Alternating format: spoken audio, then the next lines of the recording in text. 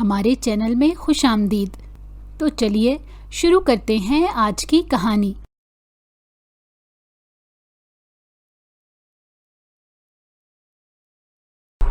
رشتے والے آ کر جا چکے تھے۔ دادی کا سوچ سوچ کر دل دہل گیا کہ جس کے لیے آئے تھے وہ ابھی تک گھر نہیں پہنچی۔ شروع میں تو اس کے بروقت نہ آنے پر انہیں شدید غصہ تھا، لیکن اب گھڑی کی سوئیاں تیزی سے آگے بڑھ رہی تھیں۔ دن رات میں ڈھلنے لگا تو انہیں ایک عجیب سی گھبراہٹ نے آن گھیرا۔ یہ لڑکی اتنی لیٹ تو کبھی نہیں ہوئی۔ وہ مسلسل خود کلامی کرتے بڑبڑاتی جاتی۔ اس کے کالج کال کی تو وہاں چھٹی ہوئے کافی سمے بیت گیا تھا۔ دوست اس کی کوئی خاص نہیں تھی جو وہ بے غم ہو کر وہاں ٹھہر جاتی۔ ایسے میں جوان جہان لڑکی تنے تنہا اس وقت تک گھر نہ پہنچے تو کیسے کیسے دل پر ہول اٹھتے ہیں۔ یہ وہی دل جانتا ہے جو اس اذیت ناک مراحل سے گزر چکا ہو۔ دادی نے ہمت کر کے بالآخر گھر والوں کو مخاطب کیا۔ میرا دل بیٹھا جا رہا ہے، کوئی ہل جل کرو، پتہ کرو کاہے لیٹ ہو گئی، ورنہ پھر تھانے چلتے ہیں۔ جوان جہان لڑکی ہے، کوئی حادثہ نہ ہو گیا ہو۔ ہاں، تاکہ رہی صحیح عزت بھی خاک میں مل جائے۔ آپ تو چپ ہی کر جائیں۔ چچی نے اپنی ساس کو کھڑے کھڑے لتاڑ ڈالا تو انہیں چپ سی لگ گئی۔ باقی گھر والوں سے بھی انہیں کوئی خاص امید نہیں تھی، کیونکہ ان کی بے رخی ان کے چہرے پر لکھی ہوئی تھی۔ وہ اپنی بہو کی بد اخلاقی اور زبان درازی کی وجہ سے خاموش تو ہو گئیں، مگر پھر جب رہا نہ گیا تو اپنی بہو اور بیٹوں سے دوبارہ مخاطب ہوئیں تو ان سب نے انہیں سختی سے منع کر ڈالا۔ اس پورے گھر میں مہرو کو لے کر صرف وہ پریشان تھی، باقی کسی کے چہرے پر کوئی پریشانی دکھائی نہیں دے رہی تھی۔ سب نارمل انداز میں بیٹھے تھے، جیسے وہ اس گھر کا کوئی فرضی کردار ہو۔ اس گھر میں پہلے بھی اس کی حیثیت برائے نام ہی تھی، اس لیے اس کے لیٹ ہونے پر کسی کو کوئی فکر نہ ہوئی، اور نہ ہی اس کے لیے کسی کے دل میں کوئی درد اٹھا۔ رات ڈھل گئی۔ صبح کے 4 بجے کال بیل کی آواز نے سب کو چونکا دیا۔ دادی ننگے پیر گیٹ کی طرف دوڑی۔ وہ ساری رات جاگتی رہی۔ کانپتے ہاتھوں سے جب دروازہ کھولا تو سامنے مہرو کھڑی تھی، بکھرے بال، چہرہ سوجا ہوا، لب کپ کپاتے ہوئے، خالی خالی آنکھیں، جیسے ان میں زندگی کی رمق ہی باقی نہ ہو۔ اسے اس حال میں دیکھ کر ان کا دل دھک سے رہ گیا۔ ان کے دل کی دھڑکن کسی خطرے کی آہٹ دے رہی تھی۔ کہاں تھی تم مہرو؟ پوری رات؟ وہ کانپتی ہوئی آواز میں بولی تو مہرو کے بڑھتے قدم وہیں رک گئے۔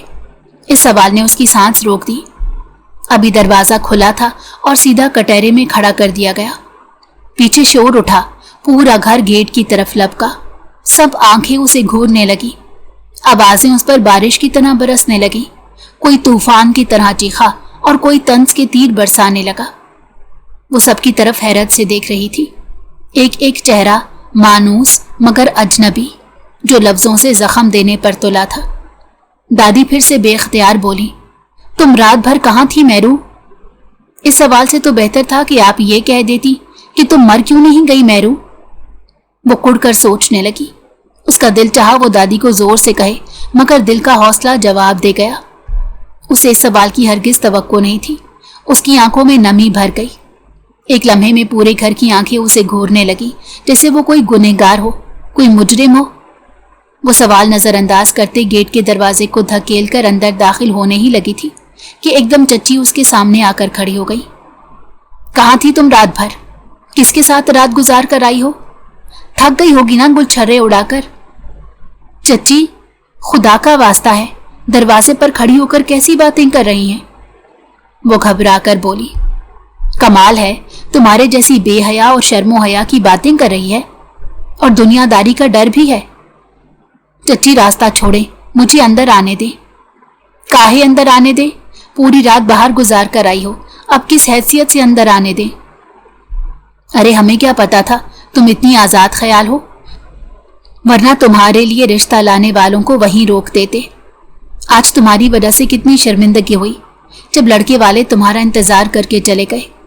نہ جانے کتنے گھروں میں چیمگوئیاں کی ہوں گی کہ ان کے گھر کی لڑکیاں اتنی آزاد خیال ہیں کہ لڑکے والے رشتہ لینے کے لیے آتے ہیں اور ان کی لڑکیاں حاضر ہی نہیں ہوتی۔ چچی، اللہ کا واسطہ ہے مجھے اندر تو آنے دیں، یوں دروازے پر ایسی باتیں نہ کریں، میں آپ سے ریکویسٹ کر رہی ہوں۔ وہ دبی دبی آواز میں دوبارہ بولی۔ سوال ہی پیدا نہیں ہوتا کہ تم یہ دہلیز اپنے گندے اور ناپاک قدموں سے پار کرو۔ ہم نے اپنی بیٹیاں عزت کے ساتھ بیانی ہیں، تمہارے جیسی ایک گندی مچھلی پورے جل کو گندا کر دیتی ہے، اور ہم مزید گندگی اپنے سر پر لپیٹنا نہیں چاہتے۔ آپ آخر چاہتی کیا ہیں؟ وہ آنسو بھری آنکھوں سے بولی۔ ہم یہی چاہتے ہیں کہ جہاں سے آئی ہو وہیں چلی جاؤ، اس گھر میں اب تمہارے لیے کچھ نہیں رکھا۔ چچی خدا کے لیے آہستہ بولیں، کوئی سن لے گا تو کیا ہوگا؟ ہاں تو سن لے، ہماری جوتی کو بھی پرواہ نہیں۔ پرواہ تم کرو، کیونکہ ہماری لڑکیاں رات رات بھر باہر نہیں پھرتی اور نہ ہی لوگوں سے صبح اٹھ کر منہ چھپاتی پھرتی ہیں۔ چچی میں نے ایسا کوئی کام نہیں کیا، میں آپ کو کیسے سمجھاؤں؟ اس نے دروازے کے ہینڈل پر ہاتھ رکھ کر پیچھے دھکیلا تو چچی نے ایک دم دروازہ پکڑ کر زور سے اس کے منہ پر دے مارا۔ وہ اگر پیچھے نہ ہٹتی تو دروازہ اس کے منہ پر جا لگتا۔ اس سے پہلے کہ وہ سنبھلتی، چچی گیٹ کو کنڈی لگانے لگی، مگر ان کے ہاتھ کو زور کا جھٹکا لگا جب بہزاد کے مضبوط ہاتھوں نے اپنی ہی ماں کو پیچھے ہٹایا۔ کیا کر رہی ہیں امی؟ کیا تماشا لگا رہی ہیں؟ آپ جانتی ہیں کہ آپ کی آواز اس وقت پورے محلے میں گونج رہی ہے۔ اچھا تو تمہیں میری آواز پورے محلے میں گونجتی سنائی دے رہی ہے، مگر اس بد کردار لڑکی کے کرتوت نظر نہیں آ رہے جو ساری رات باہر گزار کر صبح 4 بجے آئی ہے؟ واہ بھائی، کمال کرتے ہو تم بھی بہزاد۔ وہ نے جواب دینے ہی والا تھا، مگر باہر مہرو دروازے کو مسلسل دستک دے رہی تھی کہ ایک دم اس نے اپنی ماں کا بازو زور سے پکڑ کر پیچھے کیا اور گیٹ کھول کر مہرو کو کلائی سے پکڑ کر اندر کھینچا اور ایک دم گیٹ کو کنڈی لگا دی۔ اپنے ہی گھر کے باہر اتنی دیر کھڑے رہ کر اسے لگا جیسے وہ بے پردہ ہو گئی ہو۔ وہ بری طرح رونے لگی تو ایک دم بہزاد نے سخت لہجے میں اپنی ماں کو مخاطب کرتے کہا، امی یہ ساری باتیں دروازے کے اندر بھی ہو سکتی ہیں، میں آپ سے کہہ رہا ہوں کہ رات کے سناٹے میں آواز دور تک جائے گی، جسے معلوم نہیں ہوگا اسے بھی معلوم ہو جائے گا۔ تو اچھا ہے نا معلوم ہو جائے، کس کے لیے چھپانا؟ اور تم اس کے لیے اتنے ہمدرد کیوں بن رہے ہو؟ تمہیں تو یہ زہر سے بھی بری لگتی تھی۔ امی وہ بات الگ ہے، لیکن اس وقت ہم سب کی عزت آپ دروازے پر کھڑے کھڑے نیلام کرنا چاہ رہی ہیں۔ یہی بات میں آپ کو سمجھانے کی کوشش کر رہا ہوں، لیکن آپ کی سمجھ میں نہیں آ رہی۔ میں سمجھنا ہی نہیں چاہتی بہزاد، اور اسے گھر کے اندر داخل کر کے تم نے اچھا نہیں کیا۔ اس کو فوراً گھر سے باہر نکالو۔ میں اس بد کردار کا وجود اس گھر میں برداشت نہیں کروں گی۔ یہ باہر منہ مارنے کی عادی ہے، یہ ہمارے گھر کو بھی گندا کرے گی۔ چچی کا جملہ سیدھا اس کے دل پر لگا اور اس نے روتے ہوئے چچی کی طرف دیکھا اور پھر دادی کی طرف، جو کسی بت کی طرح بالکل بے جان کھڑی تھی۔ مہرو کے لب کپ کپائے، اس نے اپنے کانوں پر ہاتھ رکھ لیے۔ نہیں، میں بد کردار نہیں ہوں، میں نہیں ہوں ایسی۔ وہ اپنے ان خونے رشتوں کے درمیان کھڑی تھی جنہیں وہ اپنا سمجھتی تھی، مگر اسے آج پتا چلا یہ تو غیروں سے بھی بدتر تھے۔ کوئی اس کی بات سننے والا نہیں تھا۔ ایک کے بعد ایک زخم، ایک کے بعد ایک لفظوں کے تھپڑ وہ مارے جا رہے تھے، اور اس کے پاس سوائے رونے کے اور کوئی گواہی نہیں تھی۔ یہ سب سے گہرا وار تب ہوا جب تائی بولی، ارے جس کی ماں طوائف ہو اس سے کیا امید رکھی جا سکتی ہے؟ مہرو کو لگا کسی نے اس کے سینے میں ہاتھ ڈال کر دل نکال لیا ہو۔ اس کو ایک جھٹکا سا لگا، رونا بند ہو گیا۔ وہ پتھرائی آنکھوں سے تائی امی کی طرف دیکھنے لگی، اس کی ماں جس نے ان کے درمیان جگہ بنانے کی کوشش میں اپنی جان وار دی، لیکن اپنے ماضی کے بیک گراؤنڈ کے باعث بدنام ہی رہی۔ اس کی نیکوکار ماں صوم و صلات کی پابند تھی، جس نے اس کی ابا سے نکاح کے بعد کوٹھا چھوڑ دیا، کوٹھے میں موجود اپنے تمام رشتوں سے منہ موڑ لیا، اور اپنی ساری زندگی وہ ابا کے ارد گرد گزارتی چلی گئی۔ کبھی سر سے دوپٹہ نہیں اترا، کبھی اس حویلی سے باہر ان کے بغیر نہیں نکلی، مگر اس کے باوجود ان کے دامن پر لگا دھبا اتنی پارسائی کے باوجود نہ دھل سکا۔ شاید یہی دکھ انہیں کھا گیا، تبھی وہ اس کی پیدائش کے چند سال بعد ہی چل بسی۔